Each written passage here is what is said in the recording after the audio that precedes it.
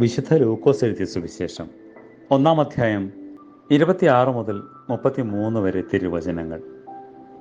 പരക്കുമോർ 6-ാം മാസത്തിൽ ഗലീലയിൽ നസ്രേത്ത് പട്ടണത്തിലേക്ക് ദാവീദ് വംശത്തിൽ യോസേഫ് എന്ന പേരുള്ള ഒരുവന് വിവാഹം നിശ്ചയിക്കപ്പെട്ടിരുന്ന കന്യകയുടെ അടുക്കിലേക്ക് ദൈവസന്നിധിയിൽ നിന്ന് ഗബ്രിയേൽ മാലാഖ അയക്കപ്പെട്ടു. ആ കന്യകയുടെ പേര് മറിയാം എന്നായിരുന്നു. മാലാഖ അവളുടെ അടുക്കൽ കടന്നു വന്ന് അവളോട്, കൃപ നിറഞ്ഞവളെ, നിനക്ക് സമാധാനം, സ്ത്രീകളിൽ അനുഗ്രഹിക്കപ്പെട്ടവളെ, ഞങ്ങളുടെ കർത്താവ് നിന്നോട് കൂടെ എന്ന് പറഞ്ഞു.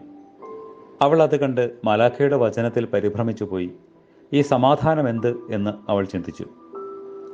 മാലാഖ അവളോട്, മറിയാമേ, ഭയപ്പെടേണ്ട, എന്തെന്നാൽ ദൈവസന്നിധിയിൽ നീ കൃപ കണ്ടെത്തിയിരിക്കുന്നു. നീ ഗർഭവതിയായി പുത്രനെ പ്രസവിക്കും. അവന് യേശു എന്ന് നീ പേര് വിളിക്കണം. അവൻ വലിയവനായിരിക്കും, അത്യുന്നതന്റെ പുത്രൻ എന്ന് വിളിക്കപ്പെടും. അവന്റെ പിതാവായ ദാവീദിന്റെ സിംഹാസനം ദൈവമായ കർത്താവ് അവന് കൊടുക്കും. അവൻ യാക്കോബിന്റെ ഭവനത്തിന്മേൽ എന്നേക്കും വാഴ്ച നടത്തും. അവന്റെ രാജ്യത്തിന് അവസാനമുണ്ടാകുകയില്ല എന്ന് പറഞ്ഞു. ദൈവമേ, നിന്റെ കരുണയുടെ ചിറകുകളിൻ കീഴിൽ നിന്ന് ഞങ്ങളെ തള്ളിക്കളയരുതേ. എന്നാലോ നിന്റെ ദയയാൽ ഞങ്ങളെ കാത്തുകൊള്ളണമേ. ആമേൻ.